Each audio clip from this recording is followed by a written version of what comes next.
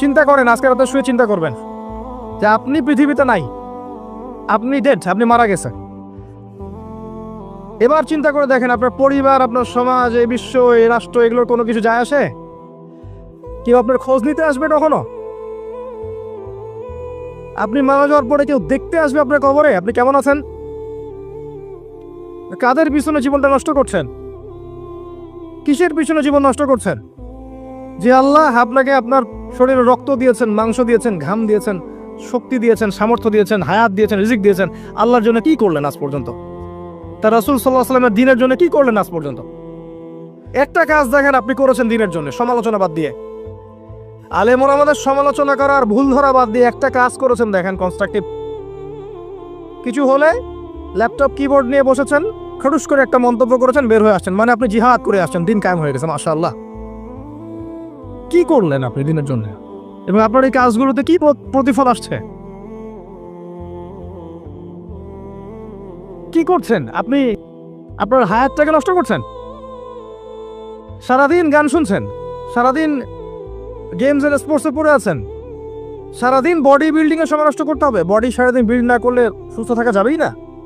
ব্যায়াম তো সামান্য কিছু করলেই হয়, একবারে শরীরটাকে ইলাহ মনে করে ফেলতে হবে। সারাদিন জিম করতে করতে ও সালমান খান হতে চায়, কেন? ওই শেপ ছাড়া আপনার চলবে না। সারাদিন চুলের স্টাইল করছে, সারাদিন গেট আপ চেঞ্জ করছে, সারাদিন ভিডিও করে বেড়াচ্ছে, আজকে টিকটকে অমুক দিব তমুক দিব, সারাদিন ফেসবুকে স্ক্রল করে যাচ্ছে, শুয়ে শুয়ে করছে, সময় যাচ্ছে আর যাচ্ছে, ইউটিউব নিয়ে পড়ে আছে দীর্ঘদিন, দীর্ঘ সময় চলে যাচ্ছে। আবার এর মাঝে একটা প্রেম, সারা দিন ফোনে গার্লফ্রেন্ডের সাথে কথা বলছে, একটা দিয়ে হচ্ছে না, একটার সাথে ব্রেকআপ, আরো 10টার সাথে জুটছে। আর এখন তো মানে ওপেন সবকিছু, ফ্রি মিক্সিং এর যুগ।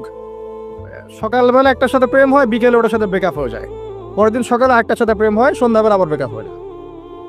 ওটা তো প্রেম। এখন দেখা যায় যে হালাল সম্পর্কগুলোও দেখা যায় সকালবেলা বিয়ে হয়েছে, 3 মাসের মধ্যে ডিভোর্স শেষ, মানে টেক অফ আর ল্যান্ড করার মধ্যেই ডিভোর্স শেষ। এগুলো করছে যুব সমাজ এখন। ক্যাসিন দেখেন, ধনির দুলাল সব ক্যাসিনোতে পড়ে আছে, জুয়া খেলছে, টাকা পয়সার অভাব নাই, বাবা টাকা অর্জন করে দিয়েছে, উড়াও এখন বাবা। আর যদি একটু পাওয়ার থেকে যায়, সোশ্যাল পাওয়ার বা পলিটিক্যাল পাওয়ার, তাহলে তার কথাই নাই, তার 7 খুন মাফ, যা করবে তাই মাফ। খুন করতে পারে, রিভলভার দিয়ে গুলি করতে পারে, কাউকে তুলে নিয়ে গিয়ে অত্যাচার করতে পারে, অমুক মেয়েকে তুলে ধর্ষণ করতে পারে, সবই করতে পারবে, কেউ কিছু বলতে পারবে না।